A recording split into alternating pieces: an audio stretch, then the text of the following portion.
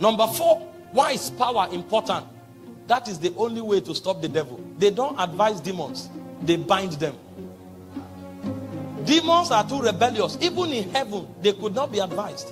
When they mutated from angels to fallen angels, when they mutated from bodied servants to disembodied beings, they became rebellious by essence.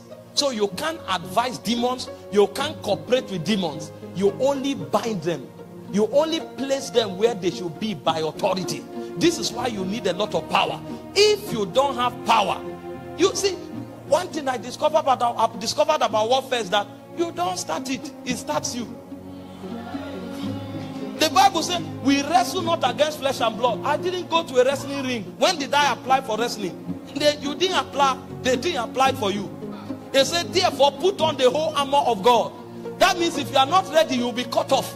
That's why I say if you faint in the day of battle, your strength is small. When did I go to battle? I don't remember being enlisted anywhere. Oga, the moment you accepted Jesus, you became enlisted. No man that warreth entangled himself with the affairs of this life. You are the one who is not aware that you are in a battlefield. Sometimes when you talk about battles and opposition, people say you are being superstitious, you are being overly mystical, you are being esoteric unnecessarily. If that is the case, how come more than 90% of the world population are struggling? Check every corridor of impact. There are less than 10% people there. In the world today, less than 2% are billionaires. In the world today. That is to let you know that having wealth is a warfare. Only few conquer. 2%, less than 2% are billionaires. In this same world today, less than 10% are making impact in any field that you mention.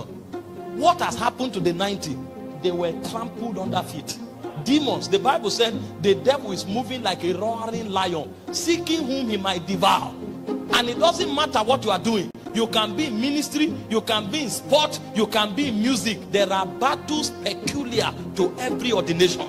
The reason you will rise up above the tide of battle is that you have the power that the devil can't contend with. And some people think this is church talk.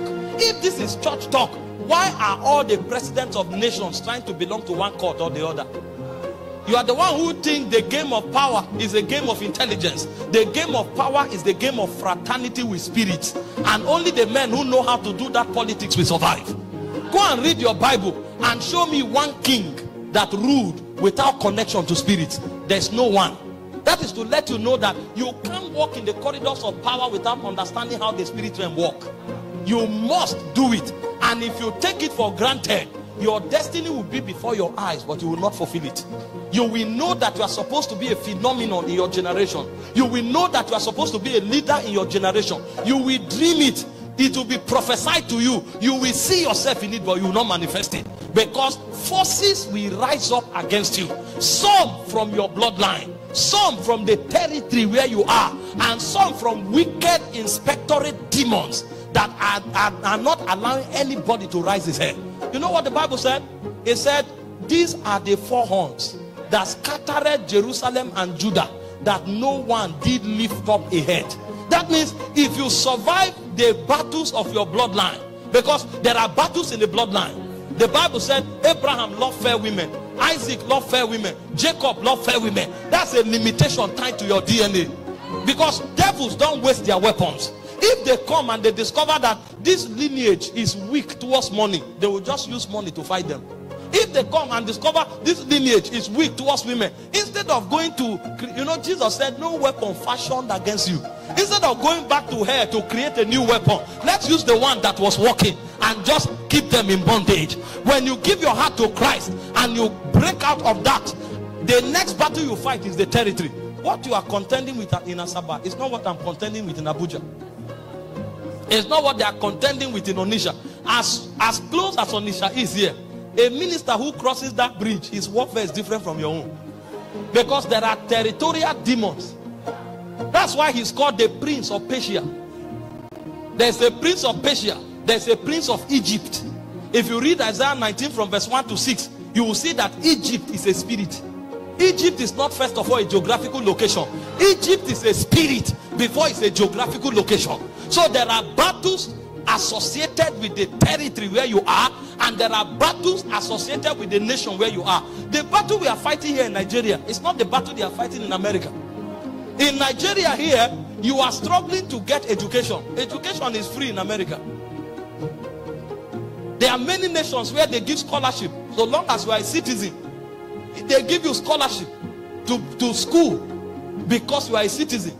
But why they are not struggling for education there? They are struggling with LGBTQ. Here, you don't even need to fight it, so to say. If you say you are one, you'll be arrested.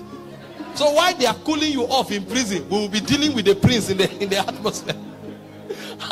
Are you following? So there are territorial battles that you need to rise up against. And then there are other spirits that are not territorial. Those ones are investigators. They are inspectors. They move around territories from territories to look for whoever is rising up. They say their job is not territory sensitive. It's sensitive to anybody who wants to lift up his head. They say these are the horns. So their job is, they don't care where you came from. The moment your voice is about to be heard, they will come with hammer. Where are you going to? You must remain under the sea of frustration, under the sea of backwardness. For you to stop Satan, you need power. They say through the greatness of thy power, thy enemies submit themselves to you. What we are doing here, Satan does not like it, but there's nothing he can do about it. If he had his way, he will kill me, but I'm here because he can't.